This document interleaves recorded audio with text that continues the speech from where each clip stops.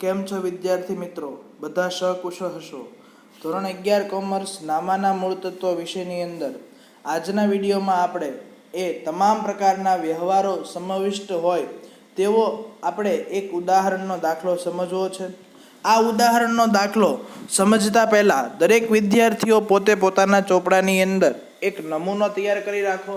આ નમૂનામાં તારીખ, વિગત, ખાપા, ઉધાર રકમ રૂપિયા, જમા રકમ રૂપિયા, આ પ્રકારની એક નમૂનો વ્યવસ્થિત બનાવી રાખો. ત્યાર પછી આપણે સૌથી પહેલાં વિડીયોને સ્ટોપ કરી અને નમૂનો તૈયાર કરી રાખો અને ત્યાર પછી આપણે વ્યવહારોની નોંધ શરૂ કરીએ છીએ. પહેલો વ્યવહાર હેડિંગ મારી દઈએ. ઓમકાર ટ્રેડર્સના ચોપડે આમ નોંધ 2014 ઓક્ટોબર મહિનો, પહેલી તારીખ, 40,000 રૂપિયા રોકડા, 10,000નું ફર્નિચર, 8,000નો માલ સ્ટોક અને 20,000ની પ્રજ્ઞાની 8%ની લોનથી ધંધો શરૂ કર્યો. હવે જો રોકડા, ફર્નિચર અને સ્ટોક આ ત્રણેય થઈ ગઈ મિલકતો. એટલે ત્રણેય મિલકતો આવે તે ઉધાર. પ્રજ્ઞા પાસેથી લોન લીધી તો પૈસા આવે એટલે રોકડ આવે એટલે રોકડ ખાતે ઉધાર. તે બધું ધંધામાં લાવ્યા તે મૂડી ખાતે જમા. એટલે આમનો શું થાય? રોકડ ખાતે ઉધાર, ફર્નિચર ખાતે ઉધાર, માલ સ્ટોક ખાતે ઉધાર, પ્રજ્ઞાની લોન ખાતે ઉધાર, રોકડ ખાતે ઉધાર, તે મૂડી ખાતે જમા. બીજો મુદ્દો, પેઢીના મુહૂર્ત વખતે આઈસ્ક્રીમ તથા અન્ય ખર્ચના 3500 રૂપિયા થયા. જો એટલે કે પેઢીની શરૂઆત કરી હતી અને એ વખતે મુહૂર્ત પેટે આપણે કંઈક ખર્ચો કર્યો તો આ જે ખર્ચ છે એને કહેવા જાય તો પરચુરણ ખર્ચમાં આપણે દર્શાવી શકીએ એમ છીએ. તો આમનો શું થાય? ખર્ચ થયો, પૈસા આવે કે જાય? તો કે જાય તે જમા. રોકડ ખાતે જમા થાય તો ઉધાર કોના ખાતે થાય? તો લખવાનું કે પરચુરણ ખર્ચ ખાતે ઉધાર અથવા તો દુકાનના ઉદ્ઘાટન પ્રસંગ પ્રત્યે થયેલ ખર્ચ ખાતે ઉધાર, તે રોકડ ખાતે જમા. આપણે એક જ હેડિંગ યાદ રાખીએ, પરચુરણ ખર્ચ ખાતે ઉધાર, તે રોકડ ખાતે જમા. બેંક ઓફ બરોડામાં 25,000 રૂપિયા ભરી ખાતું ખોલાવ્યું. આપણને આમનો યાદ છે કે બેંક ઓફ બરોડામાં ખોલાવ્યું એટલે પૈસા જાય તે જમા. અને બેંક ઓફ બરોડા લેનાર છે એટલે આમનો શું થાય? બેંક ઓફ બરોડા ખાતે ઉધાર, તે રોકડ ખાતે જમા. ઇલેક્ટ્રોનિક કાંટો રૂપિયા 4,000માં ખરીદ્યો. કોઈ વ્યક્તિનું નામ નથી આપેલું એટલે સૌથી પહેલાં તો આ વ્યવહાર છે એ આપણા માટે રોકડ વ્યવહાર કહેવાશે. બીજો મુદ્દો, ઇલેક્ટ્રોનિક કાંટો એટલે ડેડ સ્ટોક કહેવાય. તો આમનો કેમ લખાય? તો લખવાનું કે કાંટો આવશે એટલે કાંટો એટલે એક પ્રકારનો ડેડ સ્ટોક. તો ડેડ સ્ટોક આવે તે ઉધાર, ડેડ સ્ટોક ખાતે ઉધાર, તે રોકડેથી ચૂકવ્યો, રોકડેથી ખરીદ્યો છે તે રોકડ ખાતે જમા. નવકાર ટ્રેડર્સ પાસેથી 5,000નું યંત્ર ખરીદ્યું. યંત્ર ગોઠવણી ખર્ચના રૂપિયા 500 ચૂકવ્યા. હવે જો યંત્રની અંદર એનો ગોઠવણી ખર્ચ હંમેશા પ્લસ થાય, પણ જુઓ નવકાર ટ્રેડર્સ પાસેથી ખરીદીએ છીએ ત્યારે આપણે એવું કીધું કે નવકાર ટ્રેડર્સને આપણે પૈસા રોકડા ચૂકવ્યા? તો કે નહીં, એવું કોઈ પ્રકારનું આપણને કીધું નથી. તો આપણે શું આમનો લખશું? તો પહેલાં જોવાનું કે યંત્ર આવે તે ઉધાર એટલે યંત્ર ખાતે ઉધાર. ગોઠવણી ખર્ચના ચૂકવી દીધા એટલે ગોઠવણી ખર્ચ એ યંત્રમાં એડ થઈ ગયું એટલે યંત્ર ખાતે ઉધાર કરવાના 5500 રૂપિયા. હું બોલું એ ખાસ સમજો. તે નવકાર ટ્રેડર્સ ખાતે પૈસા ચૂકવવાના બાકી. કેટલા નવકાર ટ્રેડર્સને ચૂકવવાના બાકી? તો કે 5,000.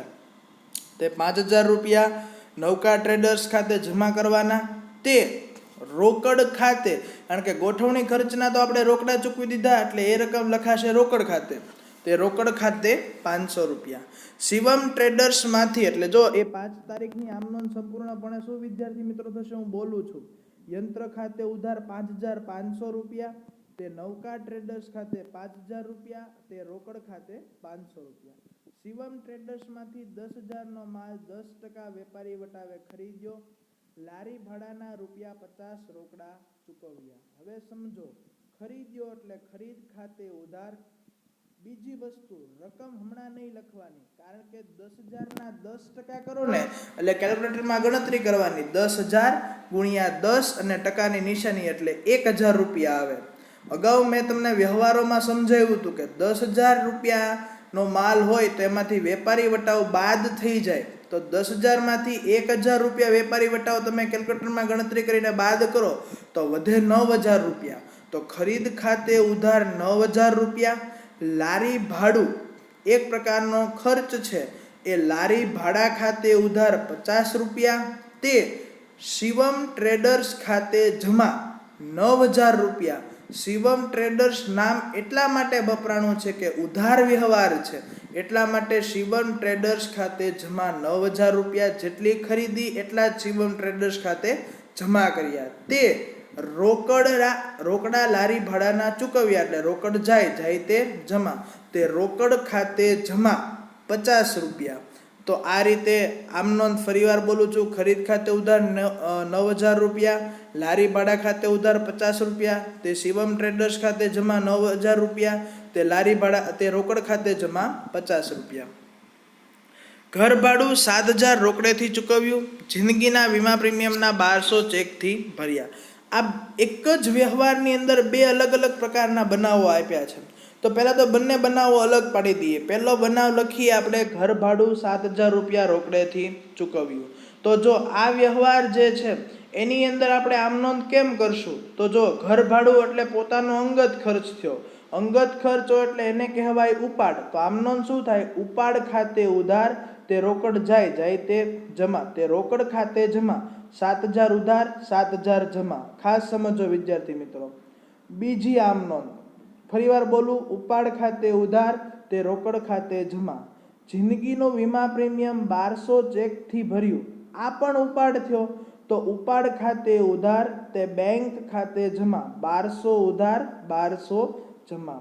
વિદ્યાર્થી મિત્રો ખાસ યાદ રાખજો કે આજનો આ વિડીયો છે એમાં હું 10 તારીખ સુધીના વ્યવહારો જ, એટલે કે માત્ર મેં 6 થી 7 વ્યવહારો એટલા માટે કરાવ્યા છે કારણ કે એની પછીના જે વ્યવહારો છે એમાં મારે તમને ગણતરી ફરજિયાત દર્શાવડાવવી પડશે અને એ ગણતરી દર્શાવ્યા પછી જ તમે લોકો એ આગળના કાર્યવાહી કરી શકશો.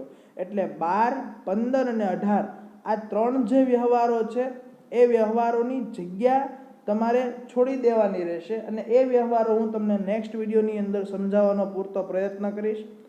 ખાસ દરેક વિદ્યાર્થીઓને વિનંતી કે આ તમામ પ્રકારના વ્યવહારો જે છે એ તમે તમારી રીતે સોલ્યુશન કરવાનો હોમવર્કમાં ખાસ પ્રયત્ન કરતા રહેજો અને નેક્સ્ટ વિડીયોની અંદર એ 12મા વ્યવહારથી હું તમને બોર્ડ પર વર્ક દ્વારા એ તમને હું સમજાવવાનો પ્રયત્ન કરીશ. એ પહેલાં હું તમને જે ખાસ જણાવું એ વસ્તુ તમારે છે એ હોમવર્કની અંદર આની લગતા પેજ છોડી, એટલે કે અત્યારે જે ઉદાહરણ ચાલુ છે એને લગતું 1.5 થી 2 પેજ છોડી અને આ વ્યવહારો તમારે કરવાના રહેશે.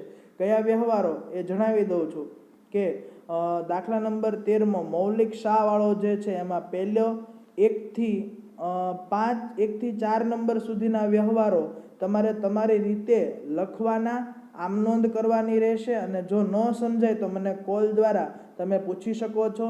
જે ઉદાહરણ શરૂ કર્યું છે એમાં ઓછામાં ઓછા આગળ પાછળ એવા 2 પેજની જરૂર પડશે. તો એ 2 પેજ છોડ્યા પછી આ હેડિંગ મારી મૌલિક શા વાળું અને પહેલા 4 વ્યવહારની આમ નોંધ એ તમારે હોમવર્કમાં કરવાની રહેશે. Thank you.